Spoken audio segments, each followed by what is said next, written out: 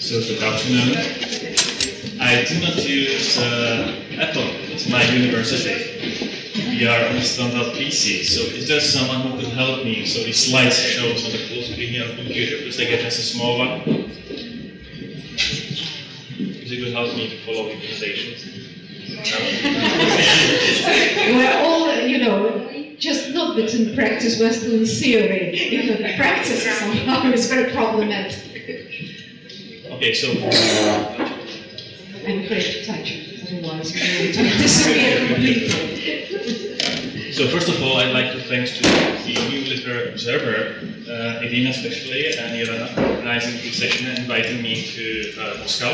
I would also like to acknowledge the support I got from Sergey and other staff here for the wonderful organization of this.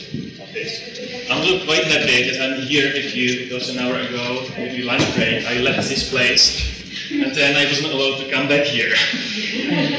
But I used my passport and the program said I'm speaking, so finally the police officer let me in. So I can be here, you don't have to go on a break. So I would be. What language did you use to persuade her? I tried to use Russian actually, 22 years, a little bit. So that's this thing. Then I was invited to speak about the virtual cities, and I must admit that I'm not an expert on virtual cities. But it was a real challenge for me. Teaching for 15-20 years on urban geography, I'm an urban geographer. Actually, I said, aren't theories which we use virtual cities, are not they virtual realities? So then I said, probably we shouldn't link the virtual reality only with cyberspace as we do at present time. Then a final thing for the introduction. I'm amazed that this room is on Saturday afternoon, full of people. At the end of the conference. So this is a great surprise, and this also allows me to move to the first of my slides. And that's what I see in my country. I see it apparently here. I saw it also in Hungary and Poland, other Central European countries. It's a growing interest on what is going on in cities, in urban places. And I try to answer myself why there is this growing interest. Because it wasn't like this 10 years ago. I don't know how in Moscow, but certainly not in my city. And first of all, I think that it has something to do with the transformation or transition from the communism. And I think people are preoccupied first, in the first decade with this general transformation of the politics and economy and so on. Then with changes in the social practices and social structures, and they didn't pay much attention to daily life and what is happening probably now in daily neighborhoods. The other thing is that during the transformation, we first did the very general things, and then once, it takes time, it takes 10, maybe 15 years when the changes and the politics, economy, and social practices really start to imprint on the cities. So it's the right time actually to look on the cities. Then also, I think it has something to do with the generation shift. It's mostly young people who are interested in what's going on in the cities, because they are dissatisfied with the national, but also local politics. They want to do something about the places where they live. And they have, I think, courage to go and speak. So it must do something with this. And probably, because it's about the city, that's where our daily life goes on, they probably also believe that they might do something, which is a little bit more difficult to do at the national level. So you can do something in a city and in the neighborhood. So there might be a link to cyberspace, because I have a PhD students, from my group. Two of them are members of a watchdog institution which is called Prague Watch. And Prague Watch is looking on different cases in Prague, what is happening, what is controversial, and so on. And other PhD students in our institute are supporting this activity. And they are using the cyberspace, the internet, to communicate in a way which Caroline was speaking about. Not really research, but online communication about all these happenings in the city. So for me, the challenge is also actually how can urban theory help us to understand what is happening now in the cities, to critically evaluate what is happening, and probably also to simulate kind of the normative propositions, what to do with our cities, to look forward. So that's for the start. Most of my research was on the post-communist city. So I will start to explain what I mean by post-communist city and what I think is very important on post-communist city. And then I will relate rest to it. For me, post-communist city is a city which is in a constant change. So it's not something that is stable. I think all cities are in constant change. But if you look on the post-communist cities, it's extremely radical change, revolutionary change. We could say maybe at the beginning revolutionary and then we could get to evolutionary adaptations. But looking, on the built-up environment, many revolutions are still going on. Probably not such as in the politics, but in the cityscape. Thinking about cities, I always imagine cities in, let's say, two aspects which are dialectically related. Being an urban geographer, one of them is spatial structure, or spatial organization, or socio-spatial organization. Something what we might imagine as a more physical, despite it includes also people, thoughts, and so on. But behind this, there are principles and mechanisms which, create cities, transform cities, reshuffle cities. And try to look on this picture, which tries to show, flows of investment to city center and outer city districts under the socialist city and the post-socialist city. The flows are different. There's the patterns. But why they are different? Because there was very different political and economic logics under the socialism and under the capitalist city, or now the post-socialist city. What really changed in the first years of transition was this logic, the parameters of the game. We got from totalitarian to more democratic regime, from central planning to more market, decentralized economy. And this change was quickly done in my country in 5 years. In some countries it takes longer. You can admit that probably the democracy is not as democratic as you would expect, but still there's very much different situation from how was it 25 years ago. I was in former Soviet Union twice, so I can compare. So for me it's very important, this change, first, change in the principles of the game, and then how this is imprinted in the urban landscape. Some of my colleagues in Western Eastern Europe, they are telling me, why you are still speaking about city in transition, about the post-socialist city? And because actually transition is over. All the major reforms were done in the 1990s. So we should speak and use Western theories and look on the globalization, neoliberalism, and so on. And I'm saying it's not finished. The struggle of transformation is still going on. The 1990s, at least in my country, were about this general political and economic transformation. But once you change the rule of the game, then the actors start to play. Individuals, household, firms, organizations, and so on. And this might be a generation, changing the social practices. And then it only becomes imprinted in the urban space, in the built-up environment, in the land use, in the socio-spatial structures, and so on. How long does it take to change the city? Its physical, social environment, because of emotional environment. This takes ages. It's probably more than a generation. And this is what is at play now. So I'm speaking about the multiple transitions, and we shouldn't do is something what I call new path dependencies. Our societies, they've been facing multiplicity of critical junctures. That's situations when we have to make choices, and choices which will impact cities actually for decades, for generations.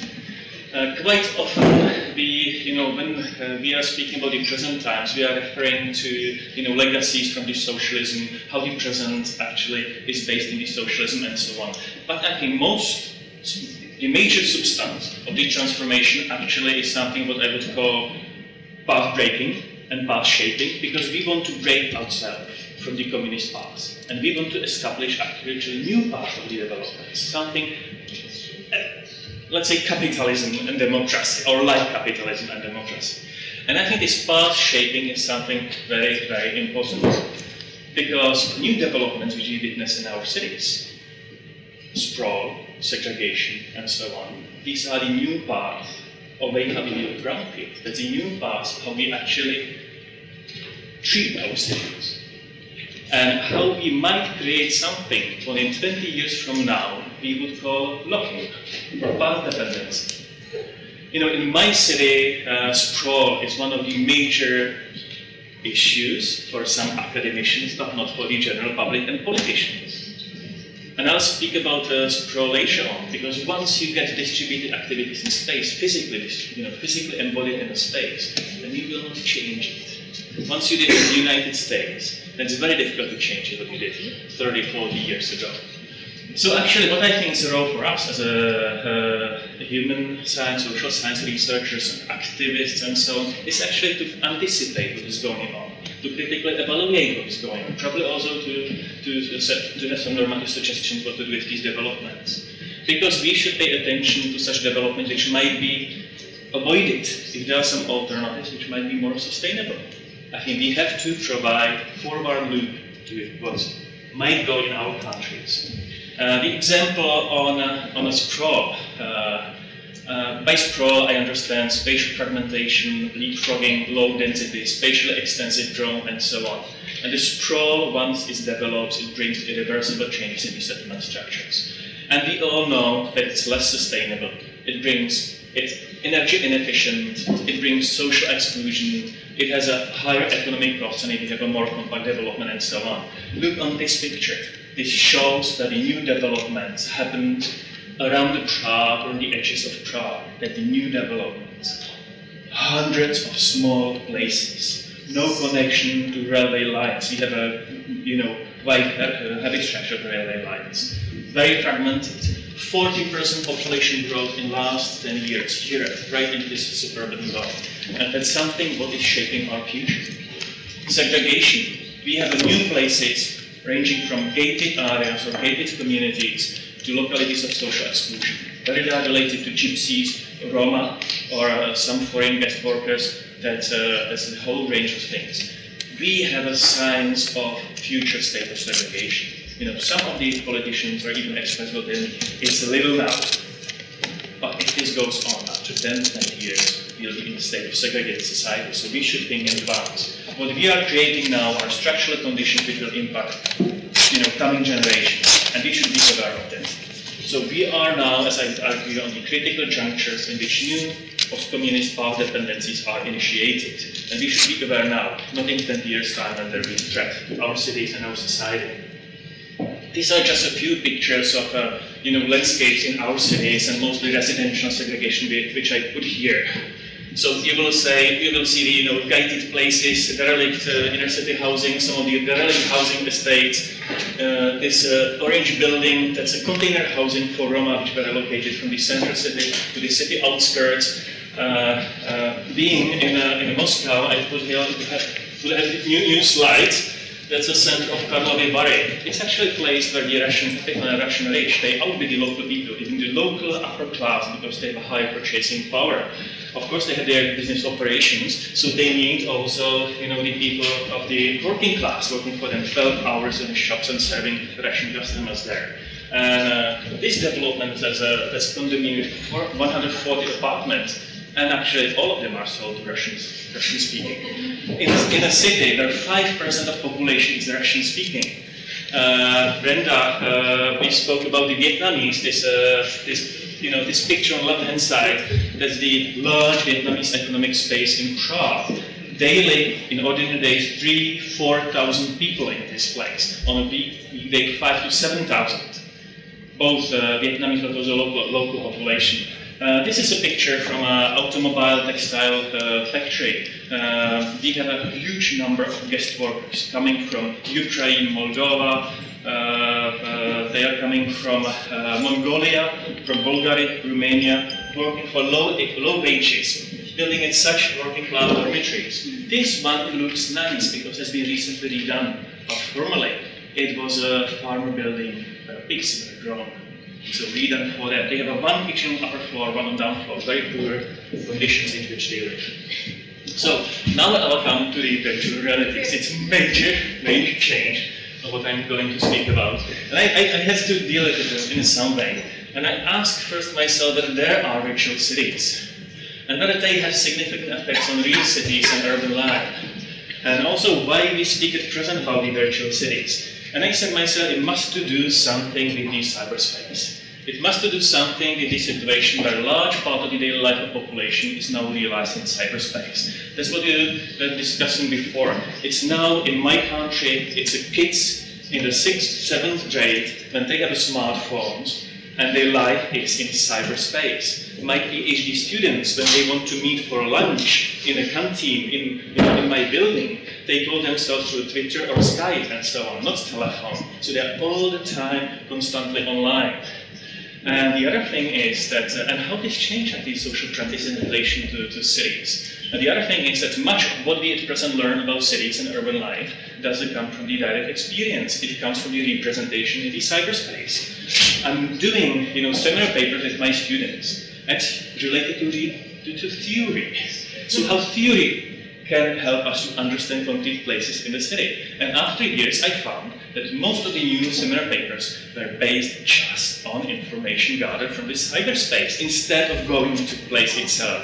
So now I have a couple of students and they have to do both works and confront it. Because sometimes the cyberspace representation is very different from what they will actually observe in the place.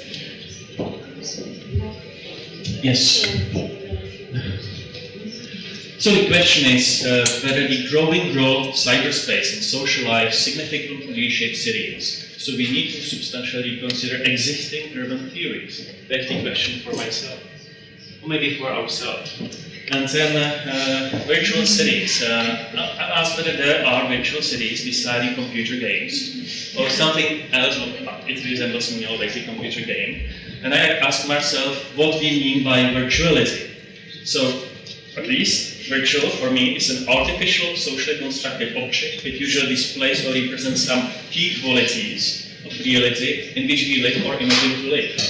It is a model of reality, but maybe it is reality itself as well. But model of this one which is outside of the cyberspace. Virtual can be a representation of present and past, but very importantly, it also is an imagined picture of fictional future. It can be used for the anticipating of future cities, and I think virtual reality is very much about this. And the virtual can be contested, shaped and reshaped by subject users. It provides a dialectic feedback between perception and representation. It simulates creativity, because we perceive what is in cyberspace. What is presently there are these representations, and they can affect, they influence our perception and actually the steps which we do in the reality itself. That's how, our steps are more informed by the cyberspace than the direct experience. So the cyberspace, I think we've already got to it, it's a network of technologies, network of users, but also the social activities, information, discussions, games, and so on. It's a global network, but interestingly, it's for most people, it's heavily localized or regionalized. So they're globally linked, but much of the communication, at least that's my suggestion, comes locally, but with the global connection in some cases. And it provides a new base of social organization and new bonds of social experience. Now about the cyberspace and urban experience and theory. The first thing which I think is important, I think we are still in the start, and it's difficult to anticipate actually what they'll bring to the cities and also to the urban theory, is that the increasing share of social communication, experience and life is going on in cyberspace. And I think the important thing for me, at least when I think about this, is that the qualities of reality represented in cyberspace influence the decisions which have effects on the outside world outside of the cyberspace, something what we might call the real world in which we behave. And I think that's not all representations which we use are in cyberspace. Our traditional theories might be downloaded on articles and so on. But I think the cyberspace is present most effective and attractive environment for the communication. So actually, a number of young people and my students, they more learn from what is available in cyberspace than from the academic discussions in the classes. This is very important. So it's a question whether the traditional theories and our way of communication still have some effects on people who will be deciding in 10 or 15 years about the lives in our cities. Not all representations in cyberspace are virtual realities. But I was thinking that if I look on the cyberspace as a whole, on the aggregate of what is available there, on the plurality of things which are available, then I think this, this aggregate creates another world, which is a reflection of our world. and we are living in it, we are informed by it, and so on. So all this aggregate in cyberspace actually is the virtual reality. And this virtual reality is dynamically evolving, as it's constantly shaped and reshaped by actions of participating subjects. So for me, cyberspace to some extent behaves as virtual reality. Another question for me appears: what is the politics of representation in cyberspace? How much hegemonic discourses go through the cyberspace? And the other thing is, but there is the plurality of representations of cities and urban life in the cyberspace. So, what is the information which comes to us? And I think something between this, because there is both hegemonic discourses coming, for instance, through the newspapers now on the web, which most people read. But on the other hand side, you can get to alternative views on it. But at least for me, very important is looking on the communities of immigrants, is how discourses about immigrants, Roma, shape xenophobia in my country. And these are discourses outside, the rigorous academic discussion. Very, very influential how we perceive our states and how it's imprinted in the segregation landscapes in cities, for instance. So the question is whether the virtual reality in cyberspace could displace or replace the probably more rigorous insights of urban studies and urban theory. I'm not sure whether I will be able to answer it. And now I bring to what I promised in the abstract, and that's the two virtual realities from the traditional academic discourse. And I will really oversimplify. I'll look on the two schools of urban thought, the Chicago 80 years old and the Los Angeles 20 years old. Yes. So just quick overview. Chicago School keywords: urbanism as a way of life, Louis Wirth, social ecology, models of spatial structure. I think everyone knows, so I can quickly go further. So what we can learn from the human ecology of Chicago School is that city is a socio-ecologic system which is constantly moving towards the equilibrium. It's disturbed, it's moving all the time towards equilibrium. That is city growth and evolution of urban structures governed by division of labor and differentiation of functions. That spatial structure is natural outcome of competition for location in urban space. That concentration and segregation leads to the formation of natural areas. That uneven development and urban spatial inequalities are outcomes of evolutionary logic of urban growth under capitalism.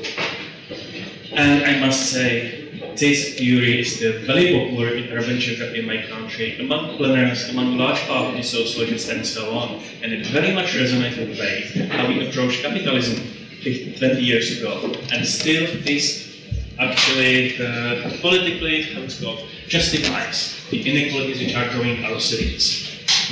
So, Los Angeles School, and I'll make probably some adjustments. It's very, very reduction. Socio-spatial dialectics between space and social structures. I think it was also in the Chicago School, but it's already based on the critical social science standpoints. It very much paid attention to globalization and economic restructuring, something which wasn't there during the Chicago. It was growing city, now we have restructuring, and we have a global, which wasn't there. And it's for representation. Probably not here so much in the cyberspace, but at least through media, powerful hegemonic discourses, and so on. And itself, I think Los Angeles School is very much about the politics of representation, how to get themselves on the academic playground. And some of the key things which I took from the Los Angeles schools is that the urbanization is occurring on a quasi-random field of opportunities, that capital touches down as if by chance on a parcel of land, ignoring opportunities on intervening lots. From this the article on the neo-urbanism. So the outcome is a capitalism, city which looks as a patchwork pattern characterized by randomness of spatial structures and processes related to global interplay. So important is that processes which shape cities operate outside of the city itself, and important are discourses and politics of representation which also shape cities. And I think it has already something to do with what is happening in the cyberspace and with the virtuality. Comparing these two schools, 60 years difference: Chicago School, modern industrial city, Los Angeles, postmodern, post-industrial; Chicago urban growth, Los Angeles urban restructuring; Chicago School, centrality as a basic principle of spatial organization of city, Los Angeles, multiplicity of processes which organize urban space. and the combination of these principles. Chicago's full concentric zones, Los Angeles patchwork spatial pattern, and Chicago order, regularities, laws, functional relations, ecologic system. Los Angeles randomness, disorder, multi-non-centrality. And something what I found is very important for me, I don't know whether I grasped it correctly, but it's my interpretation on the dynamics of spatial organization. I see the Chicago as a model of the city when there were the heydays of the industrial growth. It was based on urban, regional economy and society. It worked as a kind of the large factory. It got the inputs and outputs, but most of the city was organized around the internal economic logic, political control, and social unity of a growing urban region, maybe with a lot of inequalities in it. Yeah, sorry. But Los Angeles, it's about something a little bit different. We have a global economy. We have a parallel global and local world. What we get in the cities are global investments which selectively come to the existing cities on these individual specific lots. So they have very specific location and behavior. And the outcome is this randomness of new localities and hotspots in the urban landscapes. From Jiří Musil, years ago, I was taught that in Chicago, it's like if you throw a stone, there are circles on the border. That's the immigrant coming to the city. Unitary logic. If you look on the Los Angeles, it's like a bubbling fontaine. Something coming here, there, and we do not see logic behind it. So, I don't know whether the interpretation is correct, but that's my view. And now coming to the last part of my presentation on new realities and new models with question mark. So the questions I ask is whether Chicago Los Angeles schools are relevant for the understanding of urban development in the age of cyberspace. Whether they can contribute to the understanding of urban development in post-communist city, and whether we do need new theories of models of urban development. And this picture, that's a Prague, and it combines two layers. The map at the bottom, that's I would say traditional socio-ecological view. You see the concentric zones. You can see how the population social status is changing to the city center, to the city outskirts, and so on. But the second layer are particular places where something is happening because of the investment is touching down right here in these places.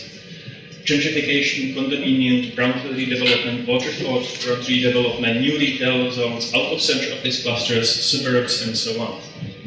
And some of these new places, they are in total contradiction what was there before. If you look on the new wealthy suburbs, they are coming from the countryside, where we've got the peasants or working class people traveling to the city. So people with high social status coming to places with low social status. Some of the neighborhoods very close to the city, which are valuable for the capital investments, you get again contrast. Contrast of functions which were existing under the socialist city and which are coming to the places now. So for me, we are getting, new Los Angeles type of global investments coming on the landscape which was created through this more Chicago type of urban development.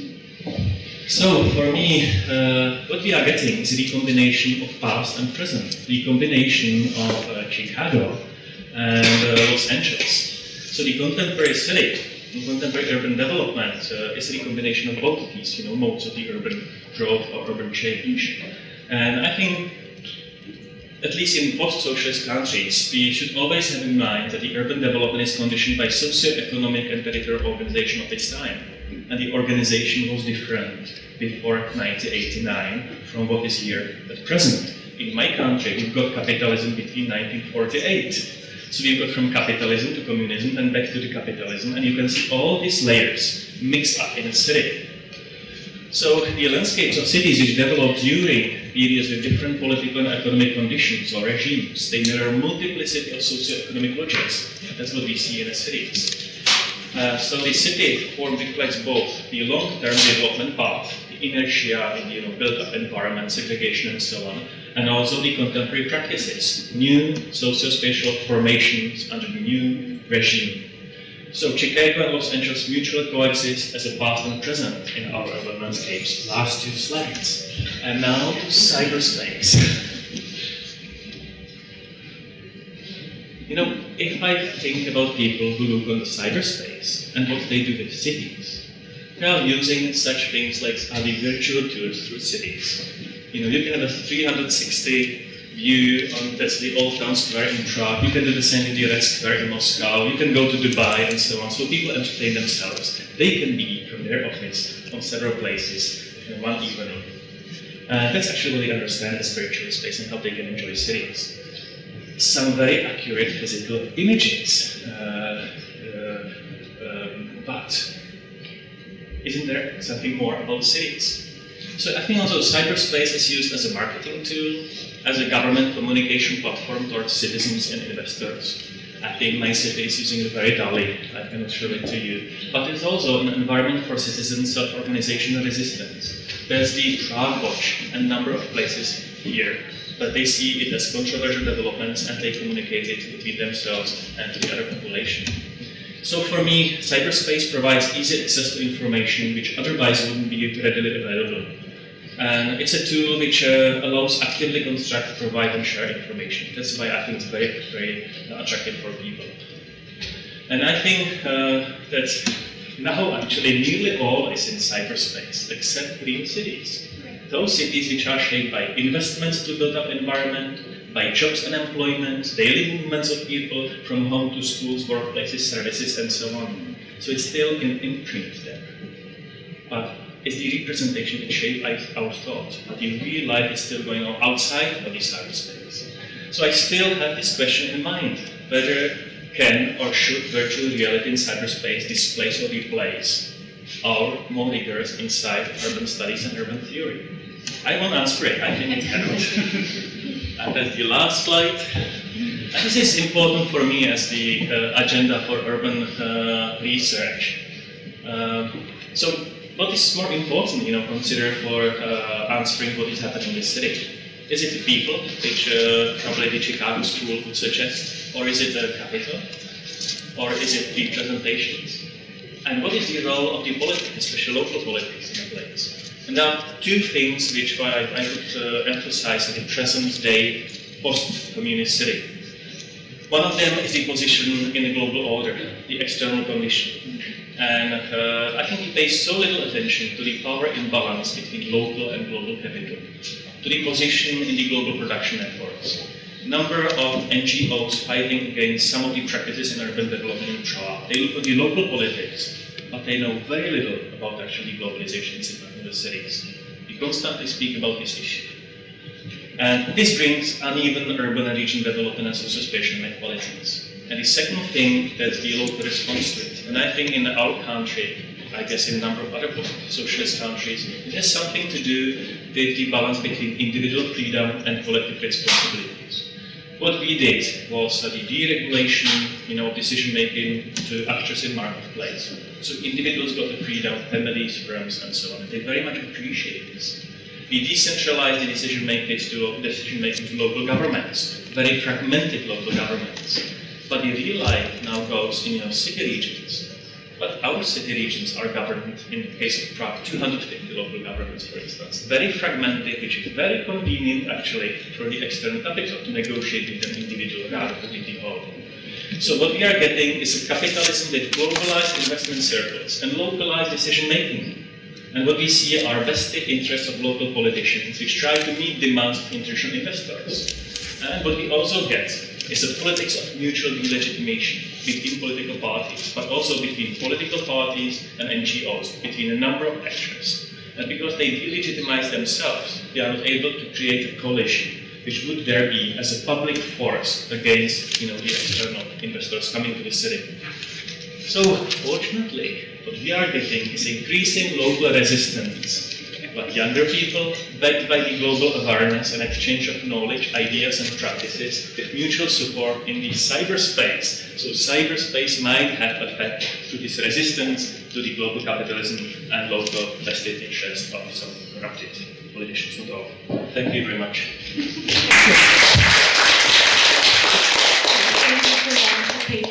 Any questions, comments? First of all, thanks for the brilliant presentation. And I just want to go back to this comparison between Los Angeles School and Chicago School. if I understood you correctly, the very nature of urban object tells to a researcher what kind of urban theory he or she should prefer. Does it really mean that differences between Chicago and Los Angeles determine somehow the differences between Los Angeles school and Chicago school? Because Chicago school is based on this very strong ecological metaphor, and Los Angeles school is based on this Marxist metaphor of superstructure and infrastructure. And does it really mean that you cannot describe Chicago in terms of superstructure and infrastructure, and you can't describe Los Angeles in terms of social ecology? Could I just quickly add something to the question? I think that Chicago versus Los Angeles also has something to do with a city that in which the center played such an important role for a long time. In other words, centripetal versus centrifugal. Anyway, cities, yeah, whereas Los Angeles doesn't have a center. Essentially developed, moving in different directions, and one of the impressions that people have of Los Angeles, especially if they come to that city, is that they don't understand how to navigate it because there is no city center. So I think that plays a very important role also in the distinction between Chicago, a much more traditional city, and LA.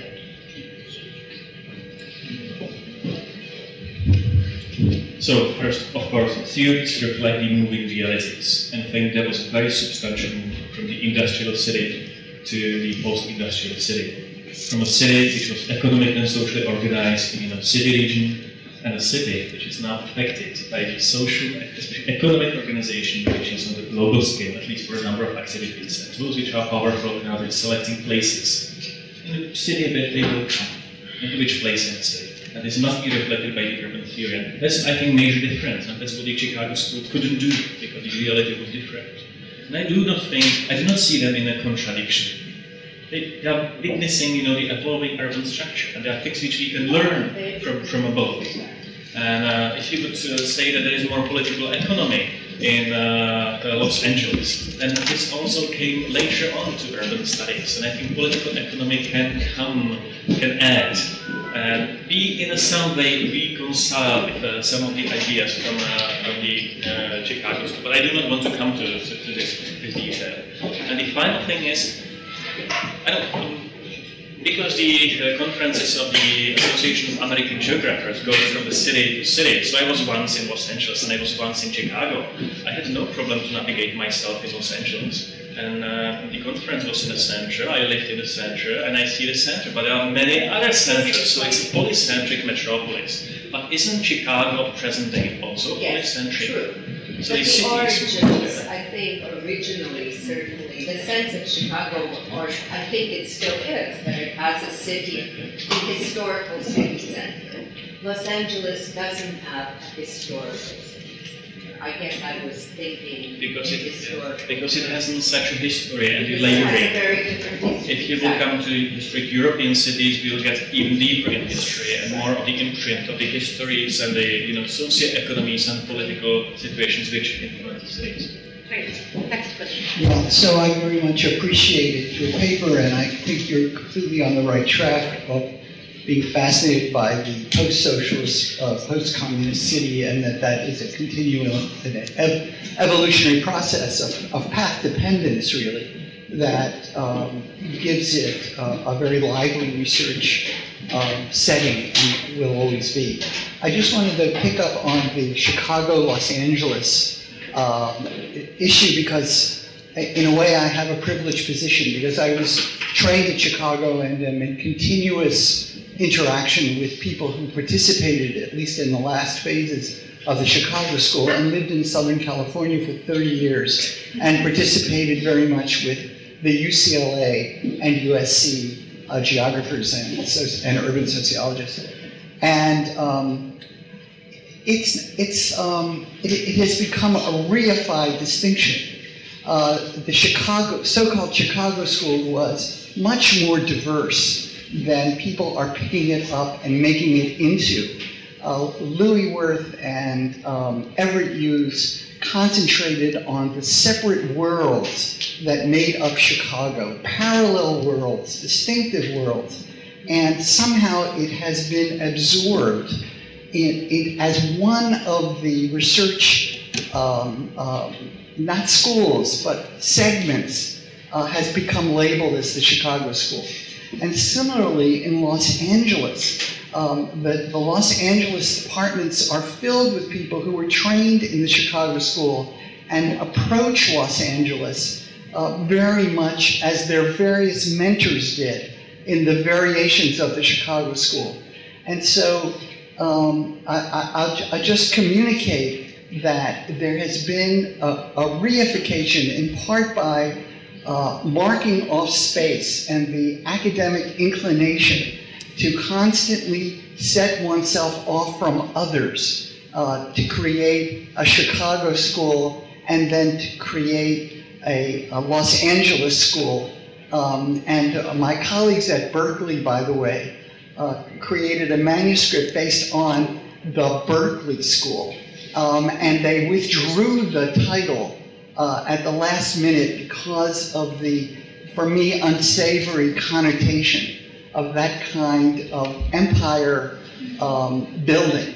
And so I'll just warn you that empirically, it is much less of a clear distinction than it has emanated to be. And indeed, the original ongoing specific histories of those places and the time they were developed in history is critical to what actually went on.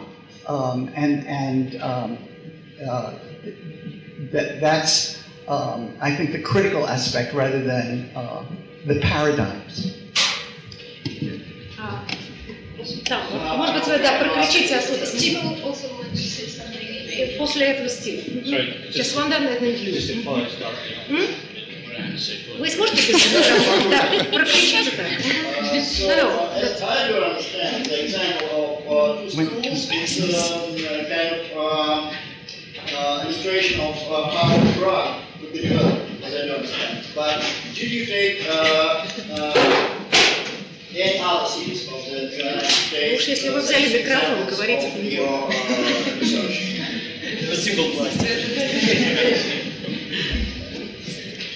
So can I answer or Steve first? Okay, so perhaps you'll answer this question. Okay, I'll answer the T1. Thanks for the comment. Maybe I should explain why I came to this issue. I came to it because my colleagues in urban geography and urban sociology and planning in my country are predominantly occupied by the theory of the Chicago School of Social Ecology. And they are very neglecting or do not want to use a critical social theory. They don't want to use the political economic approaches because that's something that resembles communism. So they have very conservative standpoints. So I was amazed by after 20 years, you are still based on the theory from 1920s. You do not reflect the other things. So this is the way how I try to explain what is the difference, that the Los Angeles ideas can be useful to conceptualize what is going on in our cities. Because there always are the parallel worlds. The question is what is producing these parallel worlds. And for me, in our cities at present time, the important is that the processes, the causes, the conditions are now in global space, are outside of the local political control. If I look on the immigrant guest workers, places of concentration, that this is produced by the position of our firms in the global production networks. It's this, how the guest workers are employed is decided by the companies, which are international, transnational companies, and what kind of jobs they are offering in the Czech Republic. The labor-intensive work for low salaries. And of course, how this is mediated by the national government, but also the local cities. So the situation is geographically somewhere else than it was 8 years ago. And I think this is how it helps me to understand the shift. Right, so it's a slightly long comment, I'm afraid, but it sort of follows on from what Harvey's saying. Another way of thinking about these is less about the schools than about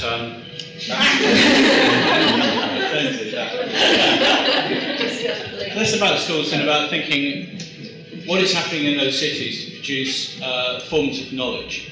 So, what you can say about Chicago at that time is not that it isn't global, and not that it isn't in transition. In fact, what the Chicago school are encountering, and if you think about Zorba and some of those stories about, you know, the deep ethnographies of the fights that are on the streets between Persians and other people and all those kind of things, is actually that you're capturing Chicago at a moment of transition and globalization, that it's in a particular moment of that. Similarly, one could argue that what's happening in Los Angeles is it's a profound anxiety about becoming Mexican and a particular form of globalization which is through Hollywood. Right, so these are both. So this is again is I mean, you call it post-industrialization, globalization, but again, Los Angeles in transition, producing a form of knowledge. So my provocation to you is, what's the Prague school? What are you going to produce that is going to change our view of how we understand cities in transition and moments of globalization? How can you interfere with these two cities and tell them what happened in those cities at a moment of transition and a specific relationship with globalization? Globalization doesn't mean everywhere connected to everywhere. It means specific entanglements of stretched out spatial relations, right? What's Prague telling Chicago and Los Angeles? I'm not sure whether Chicago was globalizing, at least in a sense how some of us understand globalization at the present time. You've got the global migration flows, but the question is, was the production globally organized? Maybe the sales of goods, but not the production. So this connectivity in production, I'm not sure, I'm not a historical urban geographer, but you know, most of the production, consumption, retail in the present time, Prague, is globally organized. If I look on the enterprises in industries, if I look on the producer services, if I look on the retail, most of what is going on concerning the employment, sales, products is globally organized, not the locally ones. So that's my answer. Maybe I'm wrong. I mean, that's a view of globalization, right? One of the heuristics of globalization is it's local at every point. I think Chicago, when it's Chicago, before it becomes Chicago, over 38 nations involved in Chicago, even when it's a very small place. Stuff is coming from Canada, being exported through New York back to Europe. So yes, you have global relations and global networks running through Chicago, even when it's only a few thousand people. So Chicago starts by being global. It goes through waves of globalization. These are moments of these particular kinds of things. So yes, no, it starts globally. It's starting, but flows of people and goods, not the organization yet. No, organization as well. Yeah. I mean, think You know about about the Prague school, right? What we call Prague school, and those of us who are in literature and cultural history, we think of the famous Prague school from the 1920s, which was a continuation of Russian formalism. Roman Jakobson comes to Prague. In other words, completely different connotations, which I thought I would Russians are again there, probably not formalists, but from a different strata. But also concerning, urban studies, and I'm not speaking only about Prague, but I'm speaking at least hopefully for some of the former communist cities. The major difference is that if you look on the theories of Western cities, they always got one thing which was the same. That's the capitalist system. So the rules of the game were similar, or more or less similar, stable. And they produce certain way of behavior for individuals, households, firms, and so on. You've got technological change, you've got the geographical shift to globalization, and so on, which were, of course, transformations, which went to gradual implication, in the space of the city. And so on, technologies, political economy, and the global sphere, and so on. But if you look to Eastern Europe, or to places which got through the communism, you've got shifting political regimes. And this is very important because this intervening variable wasn't there in Western urbanism. And this is how I want to pay attention to this thing, that the three layers of the multiple transitions, the rules of the game, social practices and imprint of urban structure. Because if the rules of the game were significantly different, if you change them, then you need a generation to change the social practices. Then it only comes to the urban landscapes. So you know the layering of the geological metaphor is very substantially more radicalized in the post-socialist cities. And I think this is not the way to which I think the Western, probably urban theory, paid too much attention because you haven't faced, you know, this radical change. It has also something to do with these new path dependencies. It's precisely is they are emerging because the basic principles of the game changed. And now we are thinking this is naturally changing our way of behavior within the market, freedom, you know, social ecology type of the market and, I don't know, spontaneous evolving city. And it's bringing natural outcomes in the segregation of cities, division of function, and so on. But we are forgetting that capitalism also has the role of the public government and the regulation of capitalism. And the regulation is here not only to react, but also to anticipate and forecast, think about the society in which we want to live. And I think we shouldn't forget about this discussion, but we did in the past 20 years. Sorry, so two last questions. One with Mike, I'm sorry, I lost you, and that's all. You know, it's not a question of comment. You know, listening to you, somehow it's very pleasing because you see this almost the same picture. What happens to Moscow and other Russian cities? People go into suburbs, the most rich and well-to-do people go instead not to the center, but from the center to the park, and many other things. And listening to you talk about cyberspace, I think that somehow very strangely enough, in the communist space, so to say, the Soviet space, you know, not only the Soviet Union, but all East European countries involved in this dramatic situation. There was a kind of parallel culture, a kind of cyberspace, some imagination, what is the West, how people do live there. So the idea that all respected people should live somewhere in their own house in the suburbs, which was taken from rare Western films that were shown, from all kinds of talks of people going to abroad. At least I'm speaking about Russian situation. All others imaginary pictures of a normal life probably somehow are reflected in this very specific way of city development. I would say this is a psychological problem as Russian artists, you know, created their own ways. Just looking at the plates of the list of plates, you know, illustrations of contemporary Western art, you know, which was brought somehow from town West. So that was a very crazy ideas about different ways of life in the open world, and probably it's very much seen in this, you know, the logics of development, of urban development in this last 20 years, say, subconsciously in a way. So the idea of, you know, of northern life and how should people live and what type of houses and how it should be developed in this way, perhaps. Last question. Just a quick response. Completely agree. I'm very much happy that we can link virtuality not only to the cyberspace, because it was always present here.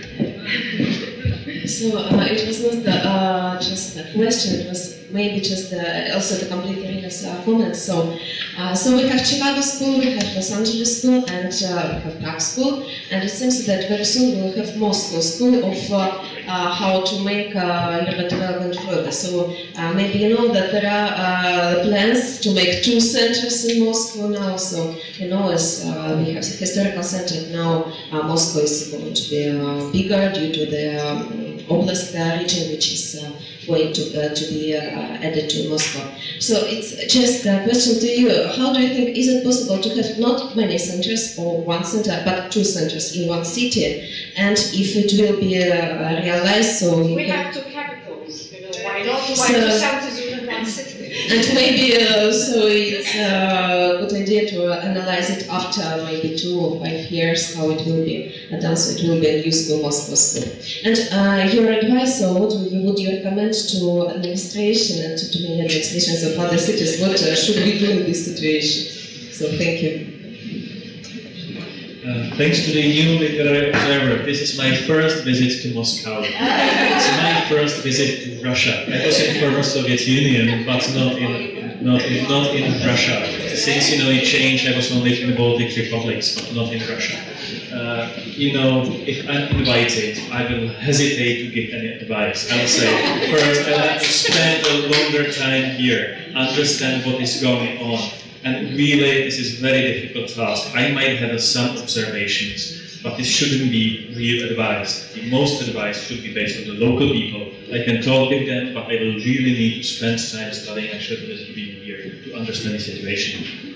And that'd be great if we get a tour. So if I have a time tonight and tomorrow, so you can show me, what is happening here and explain. Because I start to think about what's going on in Moscow and how similar or different it might be from a Prague, Los Angeles, or in Chicago.